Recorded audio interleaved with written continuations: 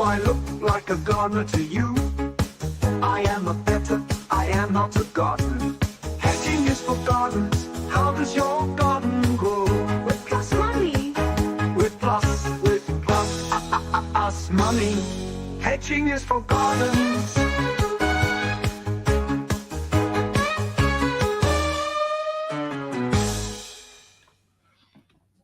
Welcome everyone to Betting Weekly Live. It's a new week on the show. You with Steve Wyss and our director of content, Nigel Seeley, is alongside me. Did you have a good weekend, Nigel?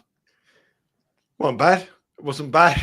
Yeah, it was my best weekend of the year. Put it that way. It's only been 3 weeks of the year, 2 weeks of the year. It was my best weekend of the year.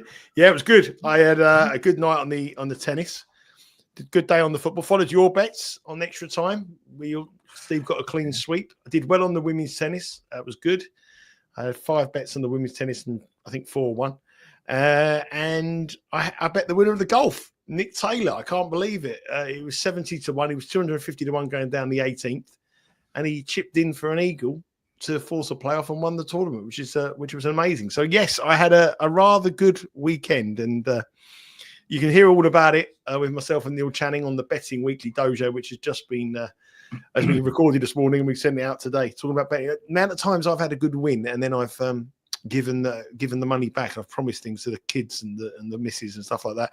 And also, obviously, Doug Kazarian on the show as well for the first time with his American football tips. Every single one he gave cashed. So it was a really, really, really good weekend and a great week and a great start of the year actually for all the providers. Every show that we've got on the channel, amazing. Yeah, I've got to say, there's been some brilliant winners from everyone across the board in the last week or so. Also, all the people commenting in chat, the likes of your Shakespeare there, he gave Buffalo out as his best bet of the weekend. Cashed on that one. Doug had a really good show. I remember what he said about the Eagles match. I ladded the unders in that game, and he was spot on about it. It was always going to be a low-scoring contest. But welcoming everyone, Rick, Byron, Ming Chung, Nish, good to see you. Guardian, JH, glad you cashing on the French bets there. Ellis, good to see you as well. Noah, how was your weekend, everyone? Tell us about what you've been betting on and what are you betting on today. We've got some soccer to talk about, and of course, we're right in the middle of the Australian Open. We're going to get Nigel's thoughts on some matches and also the futures market there. But yeah, we're going to start off by looking into the soccer today because these matches get off earlier than the tennis games later on. We've got FA Cup, we've got Serie, and we've got La Liga. FA Cup, Millwall against Dagenham and Redbridge. The winner of this faces my own team, Leeds United, away from home. I know who the West Yorkshire police are cheering on today. Yeah. The prospects of Leeds, Millwall, and an FA Cup match is quite frankly frightening up here. But yeah, Millwall minus 400. I mean, this looked a little bit of a damp squib of a game, but now with the prospect of a trip to Leeds, it's a bit more spicier for Millwall. Well, you say the police might be worried about Millwall going there. I mean, West Ham are out of the competition, and West Ham and Dagenham and Redbridge is literally about 2 miles away. And I think Dagenham and Redbridge might take about 2,000, 3,000 West Ham supporters as well. So I think whatever way you look at it, it's not going to be one for the West Yorkshire police to actually look forward to at all. I think this is a lot closer actually than the match that the odds suggest here. I really, really do. I mean, Millwall are in a terrible run in the Championship. They've just, their legendary manager, Neil Harris, has been a player, a legend at the club, has decided to leave. And Alex Neil's come in, former Norwich manager, George Stoke manager.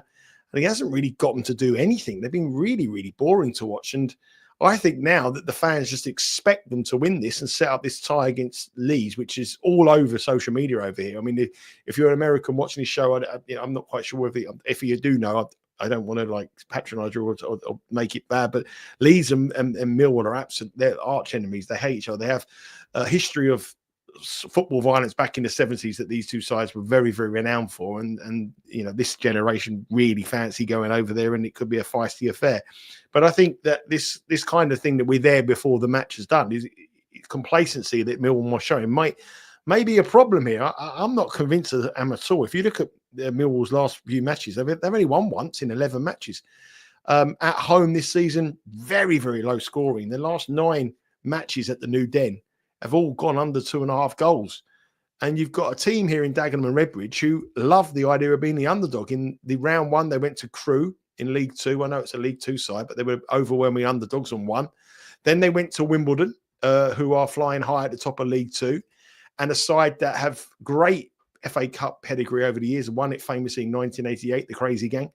And I just got a feeling here, this isn't going to be as easy as those odds suggest. So I quite like under 2.5 goals tonight.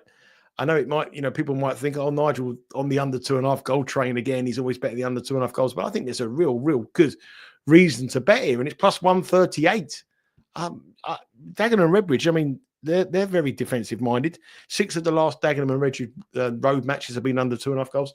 And you got to remember, I'm not far geographically from Millwall. I'm probably about, South London. I'm probably about 7 miles away from my house to where Millwall Football Club play. And it's freezing. It's really cold. It's like -1 at the moment. It's a cold night. And that is going to mean that this going to play on the minds of the players. We saw the matches at the weekend get lost to the weather across the English lower leagues. And I like the idea of the under 2.5 goals here. I also like Dagenham and Redbridge on the handicap. They met once before in the FA Cup, and the first match, there's no replays obviously this time around, but the first match was 0-0 in the first match, and then it was a replay and Millwall won 5-0. But the first match was a 0-0 draw. It's probably not, there's hardly anything, you can't compare that to this time around. But I just don't think this is going to be as one-sided as everybody suggests. So I like the under 2.5 goals. I think that would be my official play here at plus 138. But I also quite like Millwall on the Asian handicap. Dagenham and Redbridge on the Asian handicap, which is plus 1.75 at minus 124. The only way you're going to lose all your money is if Millwall win 3-0 by more than 3 goals. And Millwall do not beat anybody by more than 3 goals. This season, they haven't beat anybody at home or away by more than 3 goals. And they are the kings of the unders in the English Championship. Yeah, I wasn't aware, actually, the Dagenham and Redbridge connection with West Ham there. Very much. They may well be quite well supported at the New Den this evening. Plus 1.75 on the Asian handicap. That does look quite a generous. Well, I don't know if you know that, Steve. Sorry, I'm just going to say, I mean, I don't know if you know that Brentford got beat yesterday in the FA Cup. They were the only Premier League side that got beat. They got beat 1-0 by Plymouth. But Plymouth didn't bring hardly any fans down because they're having a really bad time in the Championship. But 2,500 of the tickets in the Plymouth end were bought by QPR fans because QPR can't stand Brentford. And that atmosphere made them win the match. So that the QPR fans turned up. 2,500 QPR fans went to that Brentford match and cheered Plymouth on, and they got the win. So, yeah, Millwall, Dagenham and Redbridge could be a feisty affair tonight. West Ham going to Millwall, effectively the fans. And I don't think that's anywhere near it. Anybody betting minus $4 there, you may cash, but tomorrow morning you look yourself in the mirror and think, did I do the right thing? Yeah, under 2.5 goals there, plus 138. And I mean, for those who want to be a little bit more cautious, you could take the Asian goal line under 3 at minus 121. But let's hopefully have a really tight, close contest there, and quite a dangling carrot for the winner going to Ellen Road. Looking through the comments now, see what everyone is betting on. Paul Laguna, the Saquon Barkley anytime touchdown score at the end. He just stopped the game for the Eagles. Could have easily gone on to the end zone and racked up another 7 points there. But you got to look after yourself, haven't you, Paul? You say you pulled his hamstring or something going into the end zone, then, but I imagine that would have screwed quite a few people over. Elias is going Villarreal draw no bet at plus 150. We'll talk about that game in a minute. Nish says Millwall here, surely, but maybe after you've heard what Nigel said, you might change your mind there. Fiorentina under, says Noah. And just looking through some more here. Meninda behave. That's a very naughty comment, but I quite like it as well. Villa fan, good to see you on the chat, and DCB as well. Shakespeare's reversing his pick on the wildcard match tonight in the NFL. LA Rams, he's going plus 2.5 against the Vikings. That's the last match in the wildcard round. Adam Thompson says, Fiorentina surely have better the prices until Monza starts showing they're anything but plucky losers. Monza against Fiorentina. That is the Serie match today. Monza side rock bottom of the table. They've lost their last 5 games by the exact scoreline 2-1. So that will probably be quite a popular correct score pick this evening, Nigel. Fiorentina minus 118. They've just lost their way recently had a really good run. There was a few comments in some live shows in the last couple of weeks saying that the season's maybe caught up with Fiorentina playing a lot of Conference League soccer. That correct scoreline for Fiorentina 2-1 is plus 650, by the way. I mean, the obvious bet here is Fiorentina. Straight on the money line, minus 118. I mean, Monza have only won one match all season. They've lost 5 in a row. They're under new management. They've had a red card in both of the last 2 games. I don't know. This one of those, it could be a trap, actually, this, because Monza, they are actually fighting hard, but they find ways to lose games. You could look at the overs, over 2.5 goals at minus 105. A word of warning, though, the forecast is quite cold in Monza, which is near Milan. And, I mean, Italy's normally quite a warm country. So this is, it's knocking on the door of 1 degrees, 0 degrees Celsius. That's pretty cold for Italy. And these players maybe are not used to that sort of thing. I can't be getting involved in the game, but I do totally understand why people are betting on Fiorentina. 97% of the tickets are on Fiorentina and 99% of the money. This is one of those, if they don't win the game, it will be labelled as an obvious trap. I mean, where are you on these teams at the bottom of the table, Nigel? Are you the sort of person who likes to fade these sort of teams normally?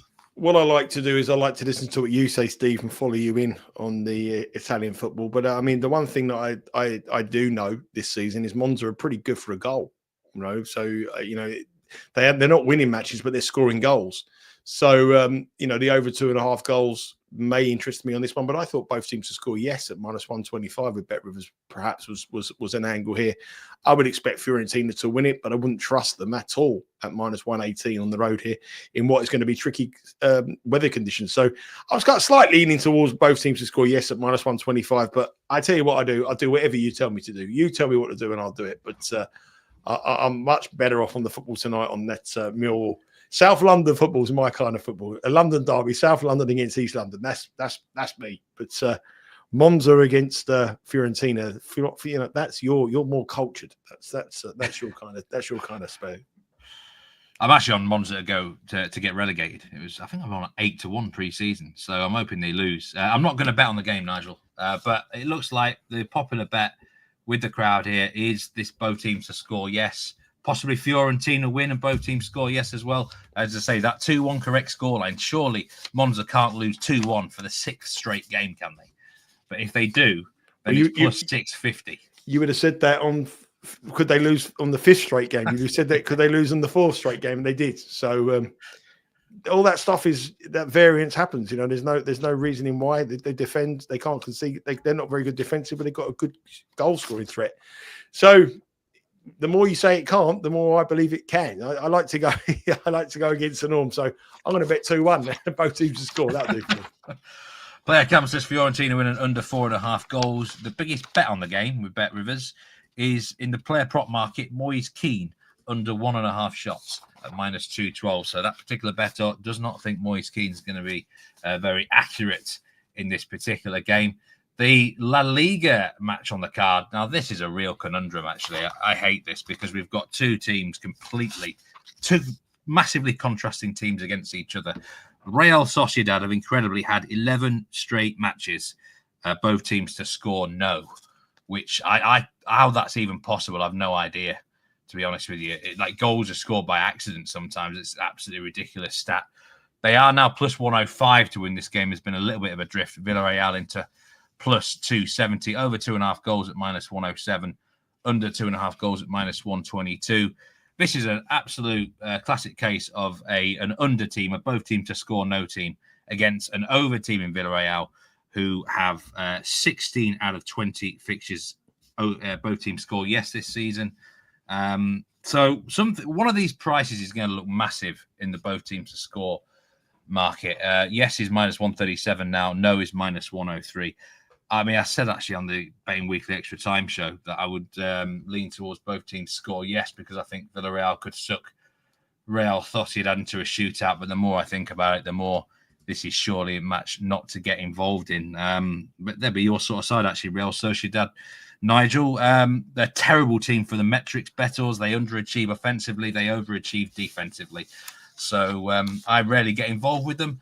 Let me know what everyone's taking for this match, because I just cannot pick anything here.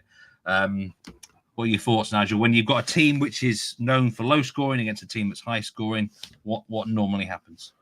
Well, it's a very interesting thing because we've just recorded Betting Weekly Premier League this morning, and there's 2 matches there where this kind of thing is happening this midweek in the English Premier League. You have Everton at home to Aston Villa. Everton, obviously, very heavy. Both teams to score no side, and Aston Villa contribute to a lot of goals and concede a lot of goals. And you've also got Leicester against Crystal Palace, where Leicester are just goal crazy and Crystal Palace are a little bit more of an underside. I think it's depending how you are as a bettor. So suddenly when that comes up, my first reaction is always to go with the underside. Other people always go with the overside. So it's very hard really to gauge. I think depending on the price of the side.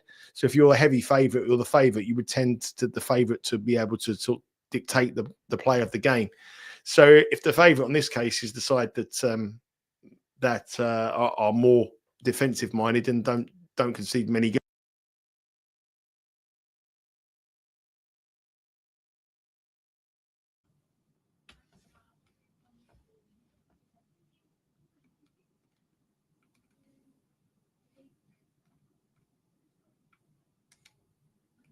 Yeah, I think it's one of these. Can you hear me, Nigel?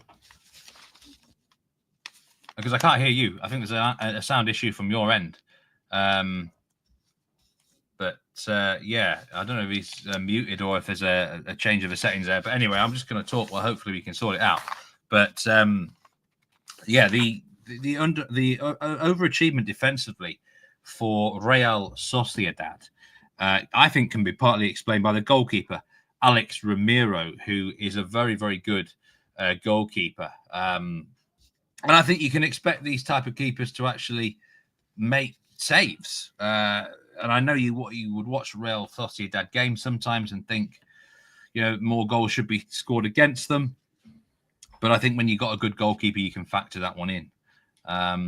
Then also with the underachievement offensively, I think they've just got players that tend to snatch at chances quite a lot. So, yeah, I think that's. Am I back, Steve? You are back now. Do you know what happened? I don't know why. I've never happened this before, but I went out and walked the dog about 20 minutes ago. And I took my iPods, and it suddenly connected to my iPods rather than my studio microphone. I've never seen that before. So what I'm going to do is I'm going to open the door and throw the iPods out so it doesn't connect it anymore. So hold on 1 second. There you go. Yeah, it was a strange situation. I don't know how that happened, but they're closed. So I've just thrown them outside. So anyway, we're back. Most people said that was the best 2 minutes I've ever done on any of these shows. So there you go. That's the comments in the box. Do you know what I think could be the bet here in this match? The more I think about it, is under 2.5 goals at -122. And this is weather is another factor for me here. It's going to be really cold in northern Spain. We're in the Basque country here. Again, around 0 degrees Celsius. I don't know what that is in Fahrenheit, but this is unusually cold even for northern Spain. And these players, I mean, Villarreal down on the Mediterranean coast, it rarely gets below 10 degrees Celsius. So let's just see how these players adapt. I think under 2.5 goals also covers the 1-1 draw, which a few people have suggested that the draw 1-1 could be possible here. Both teams score no run has got to end. It has to. Goals are just scored by accident, Nigel. Even the best dominant teams defensively concede random goals sometimes. So I think by law of averages it should end. But I would lean now the under 2.5 goals for this game. 32 Fahrenheit, apparently that is in Celsius. Just give you the splits for this game. I think most of the money is on Real Sociedad. Yeah, 77% of the money, but only 58% of the tickets. So this is a bit more of a closer game. No real significant money wagered yet on this match, but the biggest bet is on over 3.5 Real Sociedad corners for those who are interested in the corners market. Okay, let's move on to the Australian Open then, Nigel. The first Grand Slam of the year. There's been loads of shows out so far. Game bet match with you and Sean. Let's start with the men's market outright. Not a lot's really changed. I don't think, has it? I mean, compared to when things first started, Yannick Sinner plus 120 is the favourite. I mean, is there anything here now? Arthur Feast, who you gave in the newsletter, what, 300 to 1? Is 100 to 1 now?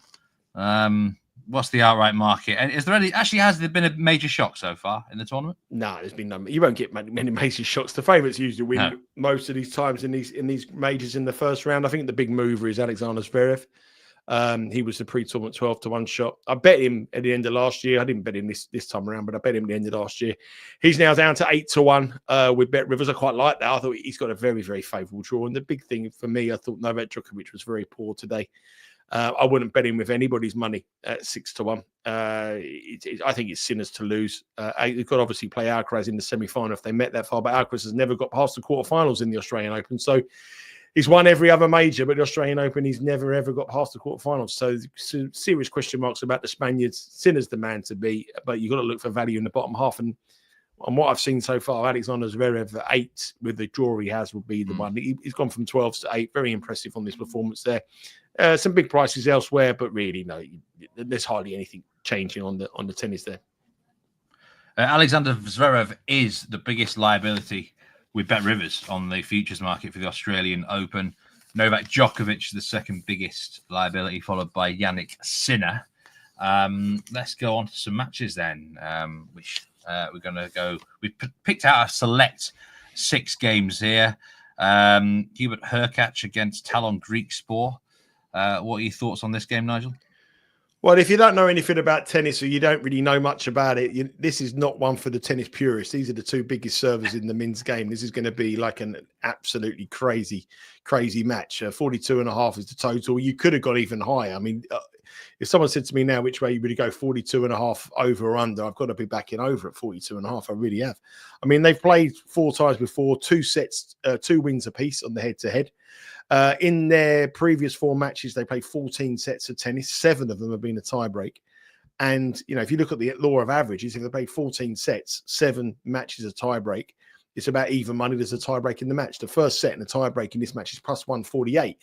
Now, usually in a tiebreak in a traditional men's match, maybe 250, maybe plus 225, something like that. But 148 is a low price. But when you look at the Sterling stats of these 2 sides, 2 teams, it's 2 players. It's virtually impossible to not see how it can be not be a tiebreak. They've never ever, when they played in them 4 matches, every single one's cashed over as the games. They played in a best of 3 sets. It was 39, which is the maximum last time they played in Rotterdam last year. 6-7, 7-6, 7-6. They played in Basel 6-7, 6-4, 6-4. Halle 6-3, 1-6, 7-6. And in the French Open, which is the slowest surface of all the majors, they played in a 5-setter. And there was 2 tie breaks in that as well. And one of them was 13-11. And all those were in the space of a year and a half. So this isn't data that's gone on from like 2004, 2007. This is current data. So everything in this match points to overs. 42.5. It may not look any value for anyone at minus 114. But I think a first set tiebreak at plus 148 would be the way I'm going. I wouldn't have any opinion on the money line, but I do think you've got to play games. Hurkacz Griekspoor, I think it's a real overs bet. And sometimes you get put off by the lines. But really, what's the downside of this match? Hurkacz Griekspoor, I mean, it can't possibly be under 39, but it could be 50, 54, 55. So there's very little downside and very, very big upside. So first set tiebreak plus 148. I think it'll be very cagey the first set. Both of them come into the form into this week. Griekspoor hasn't played yet. Hurkacz has played 5 matches. He played Taylor Fritz in the United Cup. And that was a long one as well. Another match which saw a tiebreak. And I just think those tiebreaks are the way to play. So, it's, not an obvious play. Hurkacz and tiebreaks goes hand in hand. But to get plus 148, these 2 in a tiebreak, given their stats, on a quick Melbourne court would be the way I'll be going here. Now, I'll be betting that tonight. That sounds like a great angle, to be honest, Nigel. 2 big servers against each other. Let's cross over to some other matches. Gael Monfils, who had a great run last week, of course. Old dog now. This looks like a close game, doesn't it, against Giovanni, Mpetshi, Perricard. Plus 107 on Monfils, Perricard minus 132. Proper pick'em game, really. Quite a high goal games line as well. 43.5. Yeah, it would be, because you've got Mpetshi. Perricard is the biggest server in the men's game, and Gael Monfils is in good form. But at the end of the day, form is massive coming into the first major of the year. Everyone looks at the form and thinks, this is great. And Gael Monfils won the tournament in Auckland, and he's 6-1 in the year so far. The only match he's lost is against Novak Djokovic in the first round at Brisbane. So, the round 16, the second round at Brisbane. But it's great if you're 22, 23. But Gael Monfils is 38 years of age. He's at the twilight of his career. He doesn't really, I want to go with a younger man here. So I'm all over Mpetshi Perricard here. There's a negative towards him on the betting. I mean, Bet Rivers are -125. Some firms are -120. Last season, end of last season, he was brilliant. He won the tournament in Basel. He beat TFO in the final, beat Ben Shelton, beat Holger Rune, Shapovalov and Auger Aliassime to get to that final. That's tremendous performance. He's a senior player. He's a ranked player. It's a battle of two Frenchmen. And Mpetshi Perricard is 17 years younger. And I think Gael Monfils has played an awful lot of tennis at his age. It's going to be quite warm tomorrow. It'll be a quick surface. And I think Mpetshi Perricard gets the job done. Again, first set tiebreak wouldn't be a surprise here, but I think on the money line, the Mpetshi Perricard price is becoming too big because there is a public bet on a public gamble developing on Gael Monfils, and I think -120 is the wrong price. So I've bet Mpetshi Perricard. I like Mpetshi Perricard, and I expect Mpetshi Perricard to win this. Just looking through the comments now, Ridwan is all over Hurkacz's total. Nish says the first set tiebreaker good in that one. Mandeep Singh says Zverev now looks too short. I'd rather take him to win the quarter at -110. Adam Thompson about Fonseca takes out Rublev plus money 3-0, plus 600 for 3-0. The hype is real. I was listening to you guys preview this Fonseca guy, and I've never seen him play, but he sounds like the next big thing in tennis. He's on that graphic there. Put the graphic up there if you want to have a look at it. I mean, that's been the big price movement of the day. Andrey Rublev, he opened up it's the bottom match there. Andrey Rublev opened up about -250 to win this match. He drifted right out to about -131. It's sort of the market is stable at -155. Joao Fonseca is a definite talent. He's won the next gen tournament. He's up against an opponent in Rublev who's a complete and utter head case. He could lose the plot completely. He won't like being schooled by an 18-year-old lad if it comes, but this is a lot of pressure on this young kid. I know he's the real deal, and I know he's a good player, but this is a huge amount of pressure on him, and suddenly everyone expects him to perform. I think the prices look about right. I wouldn't have a bet on that match whatsoever, but I put it up really purely and simply because of the price movement on it. I've seen so many young kids and players over the years who everyone expects to be the real deal, and then it takes them a little bit of time. I mean, it took Roger Federer ages to win Wimbledon. Before he finally won it, he was exceptional. I think this is a big ask for a young kid at 18. I know he's a talent, and everything we see about him, he's got everything in the game, and he's destined to be a top 5 player, maybe even a Grand Slam winner and a world number 1. But he's 18 years of age, and he's up against a number 6 seed who's a Grand Slam semi-finalist on numerous occasions. And you're taking +150.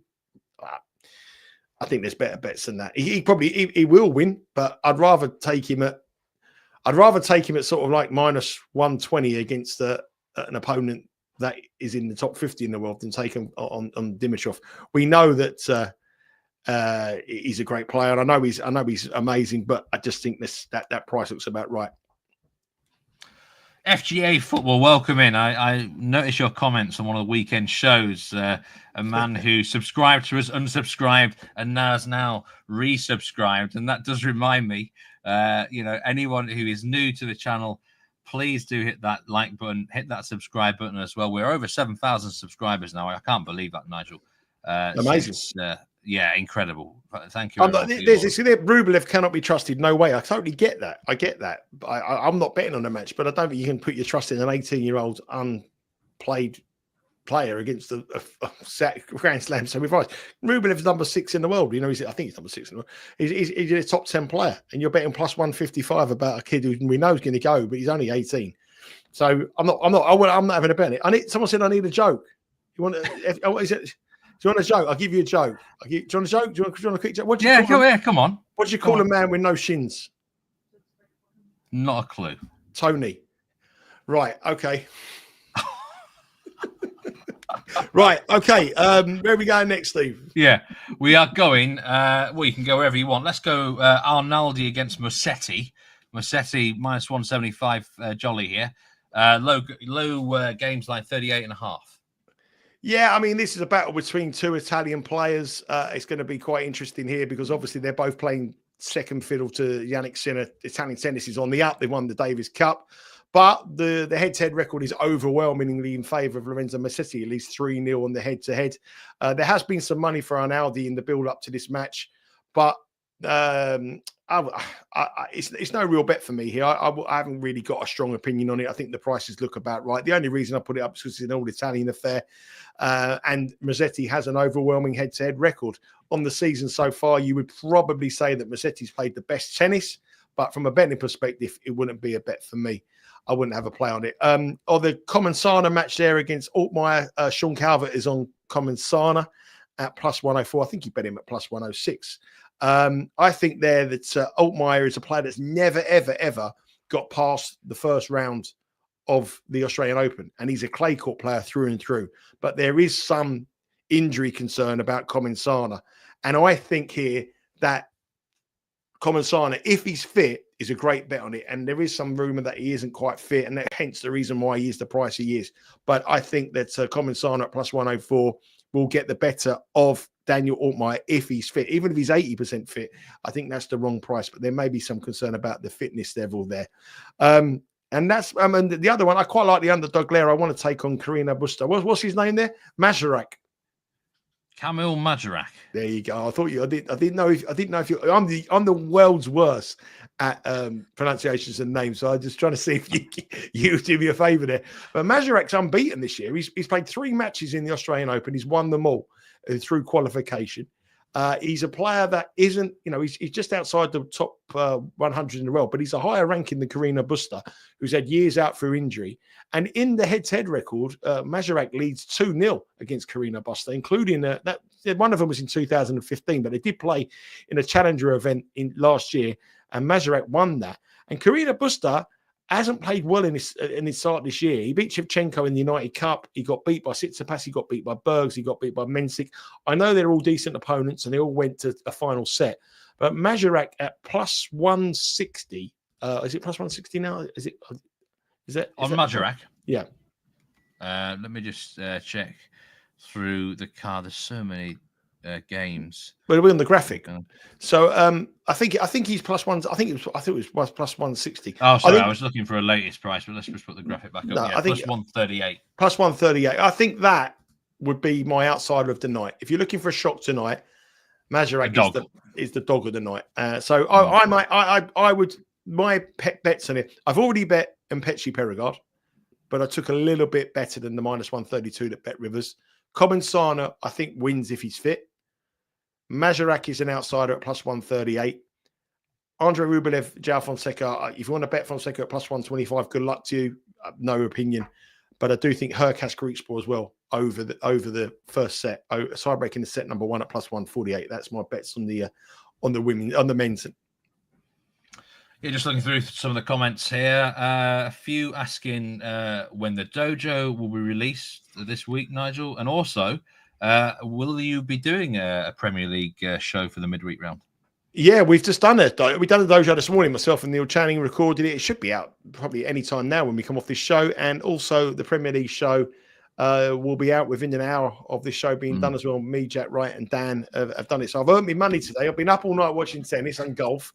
I've got up, done the dojo, done the newsletter, done the video for the newsletter. I'm not complaining, but I've earned my crust today. The newsletter, has that been actually released yet into everyone's inboxes? It might be a last chance to subscribe to the newsletter, the free weekly newsletter. I put the link there now. If you're not already subscribed to it, free weekly bets, 2 exclusive bets as well, actually. I think it was a 2 out of 2 hit rate last week on the newsletter, Nigel, I do believe. Yeah, very good. So, yeah, there's some very good stuff on there. Do subscribe if you've not already. On to the women's then. The newsletter hasn't gone out there. It'll probably go out the next hour or so. I don't think I got my credit for my Tony joke. I thought it was quite a funny joke, but anyway, I didn't get it. I'll give you another one. I'll give you another one. Another silly day show that I like. This is my kind of humour, right? This is my kind of humour, right? So this guy goes to the circus, and he goes to the circus, and he stands in the circus, and he says, Do you do anyone? Exactly. So he says, "Is anyone here? I do bird impressions. Does anyone here at the circus do bird impressions?" And the guy that runs the circus says, "Yeah." He said, "We've got a guy who does the bird impressions. He's been here for years." He went, "All right, no problem. I'm not that bothered." And then he just flew away. Anyway, that's good. That's quality joke. That is. Come on, Steve. You got to like that one. Okay, let's move on. Move on quickly. Duncan Evans with a joke as well in there in chat. Nish, now what you got to do with the newsletter? Do check all your spam folders and other folders and stuff like that. It will be in there somewhere. If you subscribed, unless you've unsubscribed, and you will know if you unsubscribed, it will be there somewhere. So sometimes you got to search high and low for these things. He answered the women's Australian Open. Sabalenka plus 160 favourite. She looked very good in the US Open, I must say, and I know she's got a great record here. I listened to you and Rory previewing it. I know who you like at the moment is Rybakina. Iga Swiatek is the biggest liability though with the Bet Rivers futures market, followed by Rybakina, and Mira Andreeva is the third biggest liability on the sports book. Are you a bit surprised that Swiatek is the biggest liability with Bet Rivers? Not at all. She's got a very favourable draw. I think a lot of people will be looking at her, but I just can't have her on this surface. She hasn't got a good record at the Australian Open. Again, very similar to Hurkacz. She's I don't think she's ever got past the semi-finals here. Very easy draw, and she's got some sort of question marks about Rybakina. We don't know who's in her corner, her coaching issues. But I'm really surprised that Rybakina hasn't changed in price. She's still 9-1. I think that's still a big price they're given her route to the final. I wasn't impressed by Sabalenka in her round one match. She did what she had to do against Sloane Stephens, but I wasn't impressed by that. And she's got one of the most difficult draws you could possibly imagine.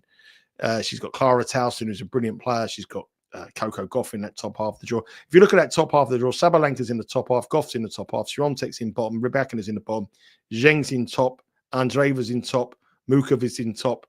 The top half is loaded. Mukova was very impressive today. If she can keep fit, she's got a chance. But Sabalenka is the most likely winner at plus 160. I wouldn't bet her. Rybakina for me 9-1. Emma Raducanu 90-1. What chance of a British winner here? More chance of you winning it than Emma Raducanu.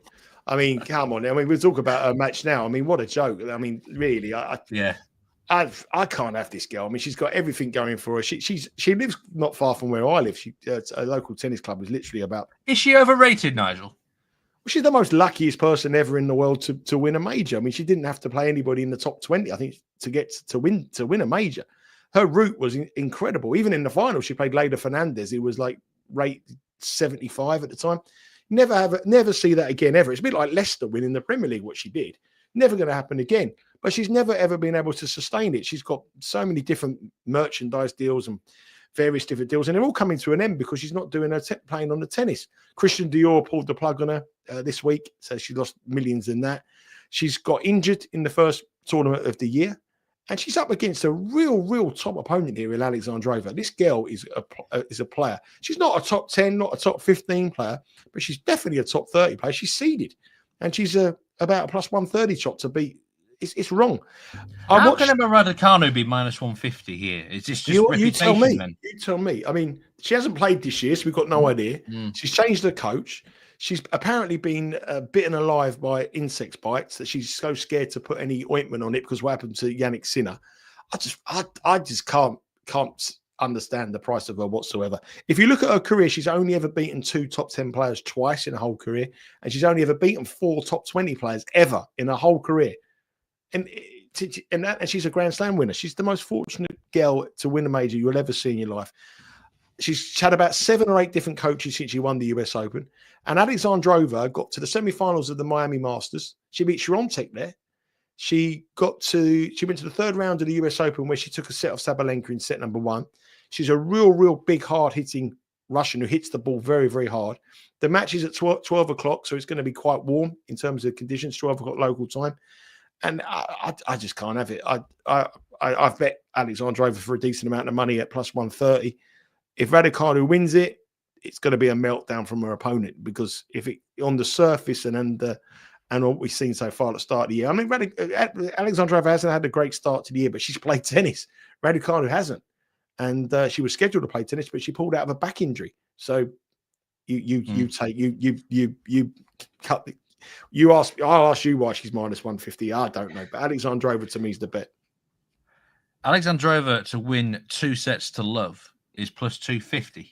Is that worth a nibble? I just don't think you should complicate things when you can get plus 120 on the money line. You know, if you're betting something at minus $4 or minus 450, you want to put, if you're betting football and the team's minus $4, everyone wants to put them in to win and under 4.5 goals and have 6.5 corners and all that to boost it up to plus 110. When you've got a plus 120 money line that you make her a minus 120 line, what's the point of, if she wins 2-1 and you lose your money, you're going to be gutted. Just bet on the money line. Keep it simple. Yeah, it's the wrong price. It's just, to me, it's the wrong price. And a Bondar against Yafan Wang is an interesting one. Yeah, Yafan Wang got a wrist injury in the tournament, in the build up to this tournament, only like in Brisbane, I think it was, only about 10 days ago.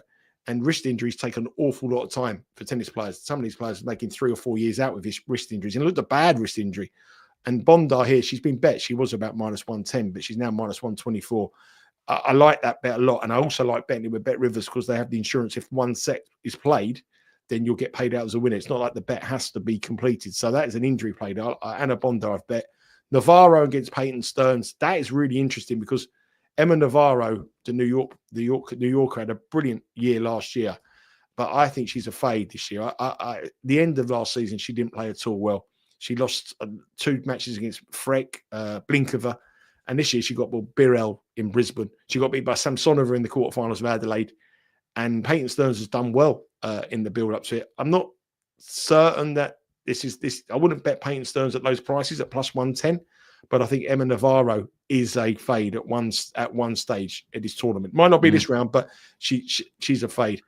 Perez Diaz, I've bet her. She was minus 110. I bet her to beat Jovic. Jovic is a young American player, a young player who won the doubles title, the junior, I think junior Wimbledon and the junior US Open. I think she's definitely won a couple of double sides, but on doubles. But she hasn't played all year, and she hasn't played for an awful long time. And I think that's a bet there. Right? You've got a better player, in my opinion, in Perez Diaz. She was, again, minus 110. The money's changed a little bit for there. But there's money for Jovic in the last hour or so. So you might get a drift on that. But Perez Diaz got to the semi-finals of the Canberra Challenger earlier this year, at the start of the year. She got to qualifying at Hobart's, got beat by Mertens, who got to the final. And Jovic comes in here with a bit of reputation. She's a 17-year-old American but she's ranked just inside the top 200. But I'm not convinced by her, and I think Perez Diaz is the more experienced player. She's playing well this year. She's played 7 matches already this year and won 5 and lost 2, whereas Jovic hasn't played a match. So I've had a little bit on here. And Zachary against Azario. Zachary is a player right at the end of her career. I can't have her. And Azario, I've been very fortunate in my life to go to an awful lot of tennis tournaments, and the Colombian support for Azario is better than any support you'll ever see for any tennis player. They go everywhere. Wherever she plays, she gets the best support you'll ever see. And on one of the outside courts, that support can really get you over the winning line. And as a dog, I quite like Azario here to beat her at what price was she? Plus 175, is it? He's gone off the screen here. Well, plus 170. Yeah, I'll take Azario. She's going to overcome an overwhelming head-to-head where Zachary leads 2-0 on the head-to-head. But Maria Zachary is a different player than when they last met. And in a tight match, I think the Colombian support for Azario will get her over the line. So they're my picks. Do you want me to recap them? So let's go with what First of all, what we think the best bet is. You need to put the graphic up for me again because I can't remember what. I will put them up. We'll start with the men's. Start with the men's. So right? Okay. The men's card. So I've gone Hurkacz Griekspoor over 12.5 in set 1. So a tie-breaking set 1 at plus 148. I've bet Mpetshi Perricard personally, but I wouldn't bet him at minus 132. If the line went to about minus 120, I'd get involved. But I have bet him already. Cominsano, I've bet. Sean likes him to beat Altmaier, who's never won a match at the Australian Open. Majchrzak at plus 138, I think, is a lively outsider. So there's 3 bets there with a fourth if Mpetshi Perricard hits a nice kind of price. And on the women's draw, Alexandrova, I've took plus 130. I would be happy to take plus 120. Bondar at minus 124. I'd still bet that because there is an injury to Wang. And Perez Diaz at minus 121. You might want to leave that one because there is money coming for Jovic. And I think because she's a 17-year-old with junior champion, American, I think the betting public will like her story. So I think she'll get the money. And I think those odds might flip by the time they start this evening. So I'll wait for Perez Diaz. And as an outsider for tonight, Camila Lazorio, she's got to overcome a 2-0 head-to-head, but it was against the Zachary that was a top 10 player, and a Zachary is very different what she is now. And she has, honestly, if you ever go to a tennis match and you watch Lazorio sit in the crowds, it's amazing. The Colombian fans go crazy, and she'll be very, very heavily popular. I don't think there'll be a better player supported today, apart from the Australians over in Melbourne, than Lazorio in that match. That's very interesting knowledge, actually. That can make a big difference on the outside courts. And I was listening to your comments about Emma Navarro over the last few weeks. And does that often happen in tennis, where someone has kind of a strong season and then just tails off and fades the next one, really? And, I think that's a great angle, that she could be quite a fade until she shows something again. You've had loads of players over the years who've had brilliant years, and then they have to defend the points, and they haven't been able to defend the points and drop down the rankings. Zachary is the bench player I mentioned there. She was up to number 5 in the world, and now she's dropped down the rankings. You've got other players over the years who've done the same. I can't remember the case. Someone will remind me. There was a girl who rose up to number 2 in the world rankings. Only recently, she played Serena Williams at the Rory Giovanni might remember. He's in the chat now. Rory will know, because he used to bet her every week, and she got to number 2 I can't think of her name. She got to number 2 in the world rankings, and then I think she's retired now. And then she played Serena Williams. Contevate, that's it, and it Contevate. She was another. She was number 2 in the world, and then she just absolutely dropped out of the top 30, 40 very, very quickly because she couldn't defend the points. And you've got players this year who've done exceptionally well, who won't be able to defend the points, how the system works, and they'll drop out of the rankings. So we'll see how it goes. And Rory Giovanni will be joining me tomorrow on Betting Weekly Live to continue our Australian Open theme. Sultani Akraf, welcome into the chat. That's a new name. I don't think I've ever seen you on chat before. If you have been on here, I apologise. But he says Monfils is the bet. He's got a good percentage against the French players, and I guess he commands quite a bit of respect, maybe from the other French players. 100%. I mean, he is the better. He's had the bigger career, but I'm looking at it purely and simply from an age perspective. I know he's fit. Someone said he's fit, but he's 17 years older than Mpetshi Perricard, and if Mpetshi Perricard gets his serve going, which we know he's got the biggest serve in the game, in what is a quick call and in hot conditions. It's not as hot as it has been in Melbourne over the years, but it's still hot. I think that could be a weapon that could get him over the line here. But I wouldn't bet him. I wouldn't bet him. Okay, well, we're nearly 50 minutes into the show here, Nigel. So we've got through plenty. For those who want to look back on our soccer talk earlier, FA Cup, La Liga, Serie, then that's at the top of the show. Nigel's got a couple of picks in the FA Cup, under 2.5 goals in the Millwall game, plus the plus 1.75 handicap on Dagenham and Redbridge. But Nigel, pleasure as ever.